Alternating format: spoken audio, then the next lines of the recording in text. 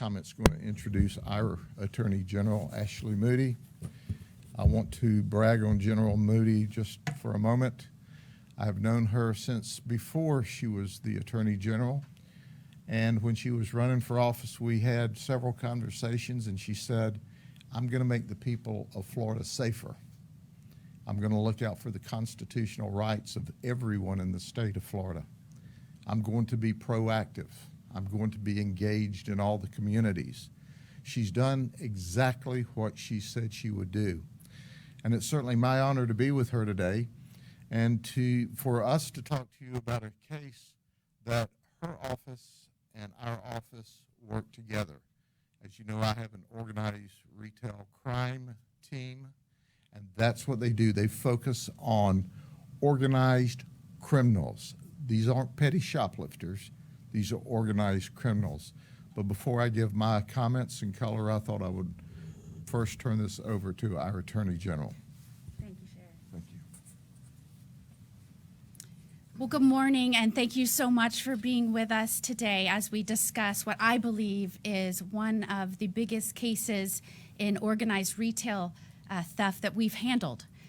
Not only does this involve millions of dollars, it involves numerous states, nearly every circuit in our state, 18 circuits thus far, and we're still uncovering facts. And it shows you that when people steal, it doesn't necessarily mean it's only affecting a business enterprise. In fact, if we can clear up one thing, first and foremost this morning, when organized retail thieves get together and steal across our states, across our circuits, it is consumers, Florida consumers, that are paying for this. And so I want to dispel any notion that it's not Floridians that are harmed because of this behavior. And I commend Sheriff Judd for being so proactive, putting together a team that would work not just within his own county, but would look outside and how people are coming not just into his county from other counties, but into our state from other states. In fact, the 4 folks charged in the information are from Georgia. And their behavior, the millions of dollars that they were able to steal, will affect Florida consumers. And we are fed up with people, whether they're using technology or whether they're going into our stores, preying on Floridians from other states, other countries. We won't tolerate it here in Florida. So not only do I commend your amazing sheriff, Sheriff Judd, but the detectives that worked so diligently in shaping this case and putting it together. Detectives Goodlet, Thomas, and Collins, who worked so hard on this task force. You know, we just celebrated Black Friday. And for those of you that don't know, that's where traditionally you retailers cross over from red into black. And the reason it takes them so long in a year to reach profitability is because of schemes like this. We know nationwide 30 billion is stolen from businesses in our country, up to 60 billion if you include cyber theft and employee theft and other types of elements of this retail theft. $60 billion. That means you and I, the sheriff, the detectives, people of these communities are paying for it. And so thankfully for the good work of these detectives that looked not only just at the one incident, but started uncovering how this was a scheme, how they were accomplishing this. These folks now, instead of continuing to do this through the holidays, continuing to cause increased prices for Floridians, taking their Floridians' hard-earned money, those folks now will trade their homes for a jail cell, their beds for a bed in a county jail. So thank you. You know, in my office, we have been so focused on this type of organized retail theft. We have gone after, and now, since taking office, we have 180 defendants of an organized retail theft, 61 targets, and we're not done. Sheriff Judd and I are excited about continuing our work together, and we won't stop until more of these folks that are coming into our state, causing Floridians to pay more out of their hard-earned money, go to jail. So we appreciate you being here today, giving a voice to what these detectives have done to better protect our communities. Thank you again, detectives and Sheriff Judd.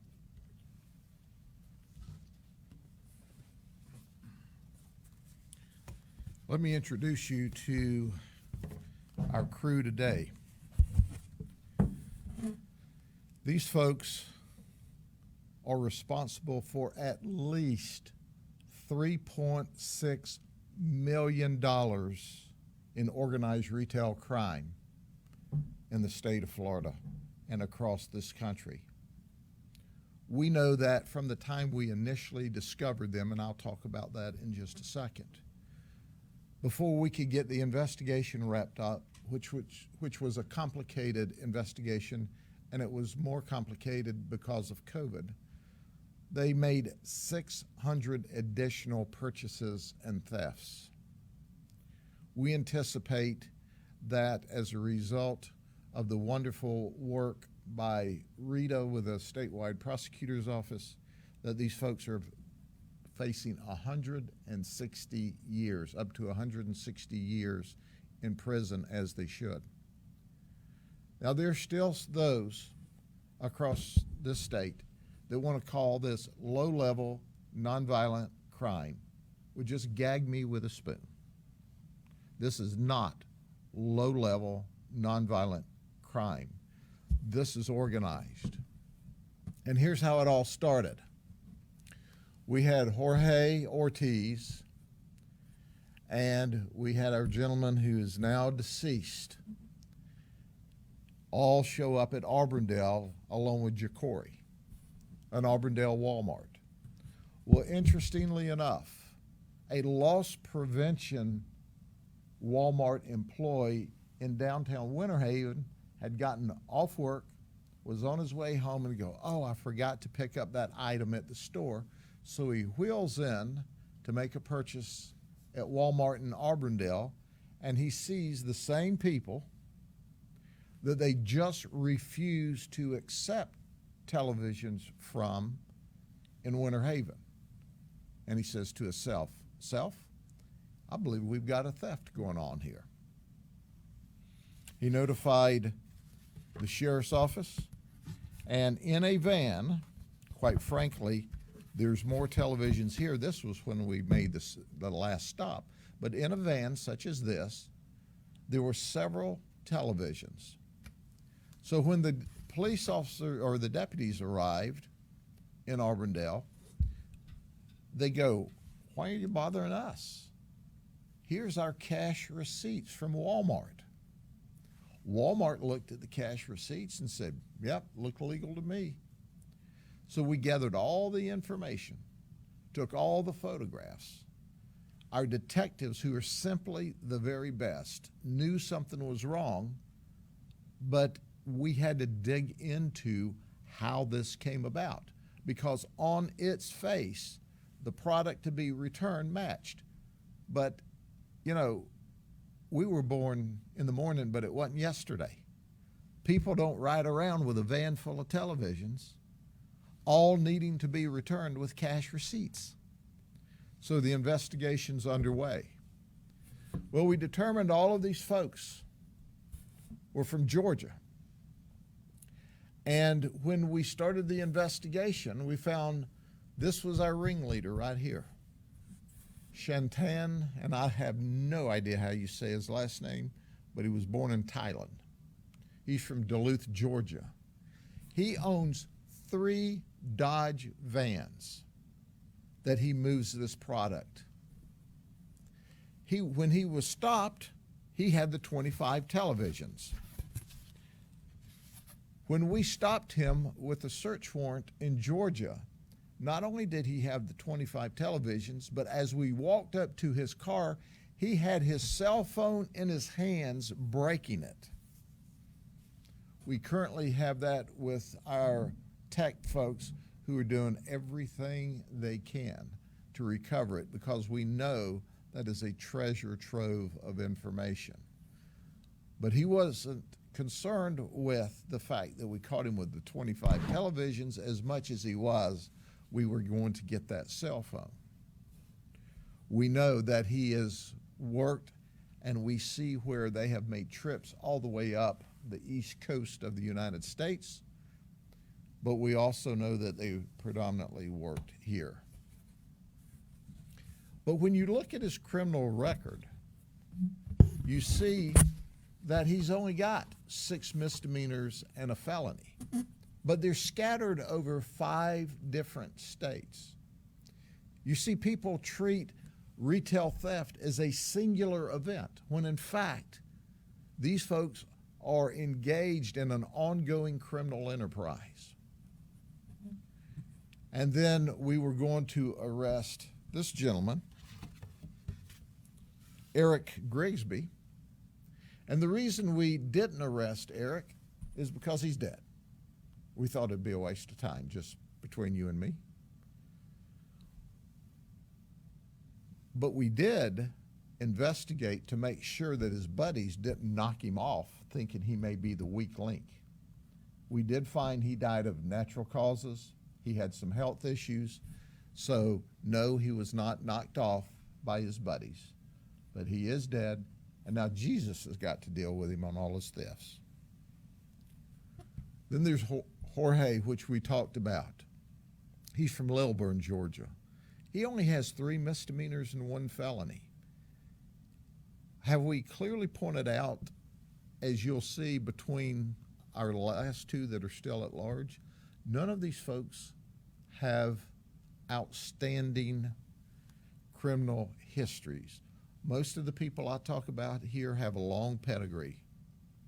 When I stand behind this podium, I'm talking about 20 and 30 and 15 and 50. These don't. If we dealt with this through individual prosecutors' offices as an individual event, it could easily be a probation grand theft. And that's what they hope for. That's what they bank on. But in reality, they have a system in place where a very elaborate system, and we're not going to give you the details here because, quite frankly, we don't want to train other people as to how to do what they were doing. But I can tell you it was brilliant. I can tell you that when we discovered it, Walmart and Walmart security is awesome, and Walmart security worked with us, and they were very patient.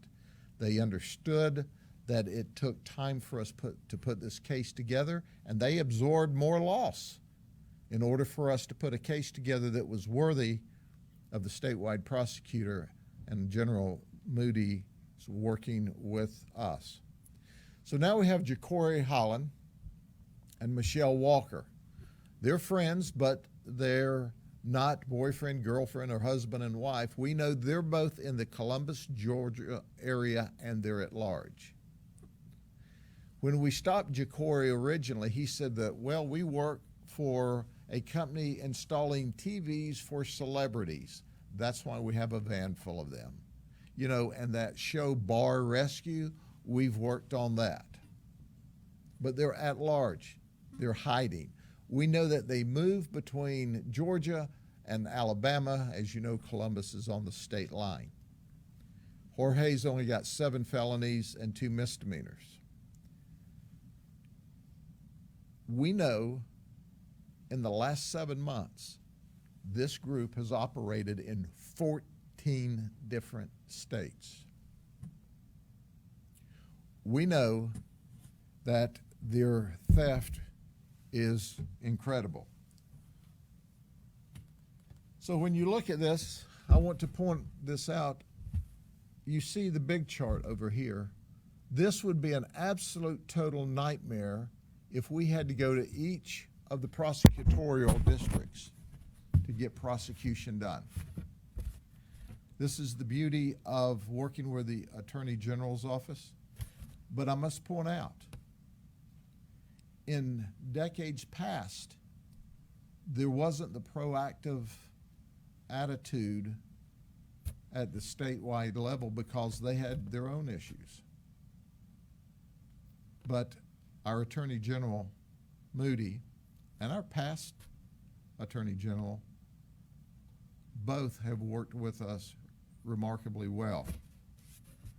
it's necessary, it's mandatory in order for these to be discovered. They hide under there you go. They hide under the cloak that thank you, ma'am. They hide under the cloak that if they get caught, they're going to get caught for one theft. One theft. And the reality is, look at the counties in the state of Florida and look at the states across the nation. If you have any questions, the General and I will be glad to entertain them. But General Moody, on behalf of all the people of the state of Florida, thank you. On behalf of Walmart, thank you. And our team that did a remarkable investigative job, thank you very much, because this is how we're effective, when we all work together. Any questions? I like it when it's silent. So, I may have missed it, but so they bought the salvage televisions, right? And they would return them, swap the boxes? Yeah, the basics were that they would buy a new television, then they would buy salvage televisions and change the parts. And then they would return the one they just paid cash for and say, I just bought this new television and it had a cracked screen when I got home. Well, it's labor intensive because you can't walk into a Walmart and bring 3 broken televisions. But on that particular day, when we were alerted in Auburndale, they'd already tried it and were denied in Winter Haven. Winter Haven said, take your television back to Jacksonville where you bought it from. And they were also denied in Lake Wells. But keep in mind, they've got to buy these televisions, change out the parts really quickly, and return them really quickly because there's limits of time. You know, you can't buy a television today and return it 6 months from now because it's broken. They had a great system in place to switch out parts and return televisions. Do we think we've caught all of them? No, we think there are others that are actively engaged with this group that we have yet to identify. But we will identify them because I'm confident we'll do some plea like, well, instead of 160 years, we'll only give you 99 if you tell us who your compadres are. And the reality of it is that these folks need to go to jail for a very, very long time. Grigsby, we're going to give him a break. Okay, he's not going to jail. I think you said the 2 wanted guys are somewhere in Georgia, Alabama, maybe? Guy and a gal. They're from Columbus. That's where they allegedly live. But Columbus is right on the Alabama line, and they hide back and forth across the states. And we're looking for them. We've worked with our partners at the GBI, the Gwinnett County Sheriff's Office, local law enforcement there. There was also a retail store involved in Georgia where you could go there and buy the secondhand televisions, and it was quite an elaborate system. We have surveillance video show. Okay. Any other questions? We've got a short surveillance video right here that we're going to queue up for you, and then we'll make extra copies of that available if you need it later. I might also add that Michelle Walker was arrested last year for doing the same thing at Target stores. This is your Corey Holland.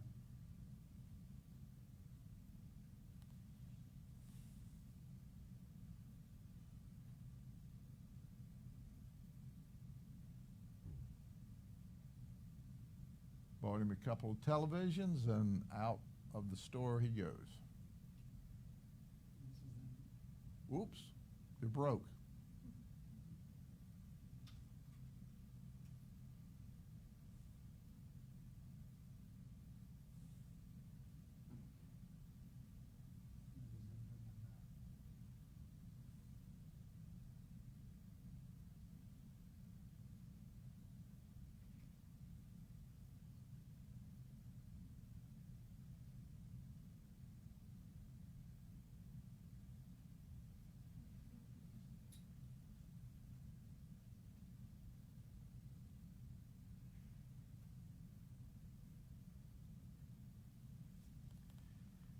And they did that $3.6 million worth between 2014 and 2020. What's the lesson for other retailers? What's to look out for? We share this information across with other retailers. We have several retail teams that are involved with us. We work with all the major stores across the state, and we've coached them, and they're looking out for this trick. So the next person that wants to try it, it's not going to be so easy because there's education and training that we've done in order for them to stop that theft up front. But quite frankly, you can imagine, and I think it was New Jersey. You know, they bought some television in a Walmart in Georgia and took it to New Jersey and tried to return it. You know, even New Jersey went, what? You bought it in Georgia and you're up here in New Jersey trying to return it? Take it back to Georgia. Good for them. So they have been denied when it was suspicious, but they're busy selling product. And if somebody had just said, oh, time out, how much earlier could they have blown the whistle on this at the retail level? But, you know, they just denied it, pushed them out the door, and went on with their daily business. These are really big television sets. How much do they go for on average? Well, they were selling them for probably about 50% of the retail normally. And all 9,000 plus. Yeah. Attorney Moody, can you talk about the difficulty of trying to catch a large organization like this and trying to prosecute them? Absolutely, and I want to thank our prosecutor with statewide prosecution, Rita Peters, who I think Sheriff Judd has coined Rico Rita. We have some very experienced prosecutors within the Office of Statewide Prosecution. And again, when I started talking this morning, I said I wanted to dispel any notion that this only affects retailers. What's important to remember when you're looking at large-scale organized retail theft operations and schemes is that ultimately those damages are passed on to consumers. So Floridians are going to pay the price for folks coming from out of state and organizing these schemes, just like we have in this case, and stealing from retailers, which then as you're trying to buy for your family for the holidays. I have a young son. We're in the midst of doing that right now and looking at what everything costs. It's going to cost more for law-abiding citizens because of these criminals that devise these schemes. And the reason it's so hard to prosecute is because you've got to have willing law enforcement partners and investigators, sheriffs like Grady Judd, and detectives like Goodlett, Thomas, and Collins, who are willing to put the pieces together, look outside their immediate vicinity, work with other states, other counties, other circuits, and then piece together the puzzle. And that's the work of good investigations, good law enforcement, and that's why, again, like I have always said and will continue to say, we must support the recruitment of good men and women into law enforcement and give them the resources they need to do these jobs and put together great cases like this one. Did you say they have been doing this since 2014? That's the information that we've developed right now, that we can track this back to about 2014, and we extrapolated the value based upon what we've seen during the time of the investigation. That's a long time. It's staggering. But once again, they moved all over the state of Florida and up the eastern seaboard so that they did not wear out their welcome and make it easy to detect them. Make no mistake about it. You know, I see a bunch of criminals here. The people that don't think they should be locked up see a lot of low-level, nonviolent people. Well, they're not low-level and nonviolent when they're stealing millions of dollars. But what I also see here is brilliant criminals. They devised this scheme based upon a lot of work and brainstorming, and it worked for them for a while. Now they're going to go to state prison where they belong for a very long time. Any other questions? You know, I always knew, Attorney General, that Rita was powerful. I never knew her last name was Peters. I always just called her Rico Rita. So, but let me tell you, if you're contemplating violating the law, you probably need to go to another state, because if I can tune you up and get you before General Moody and she assigns it to Rico Rita, you know, she counts decades of how long you go to prison, not how many months or years. She counts in decades. Okay? Thank you very much. God bless you. Have a good weekend. And if you're in Frostproof, I am going to be the main dude, the Grand Marshal in the Frostproof Parade. Do you know why? I don't think they could find anybody else. See y'all later.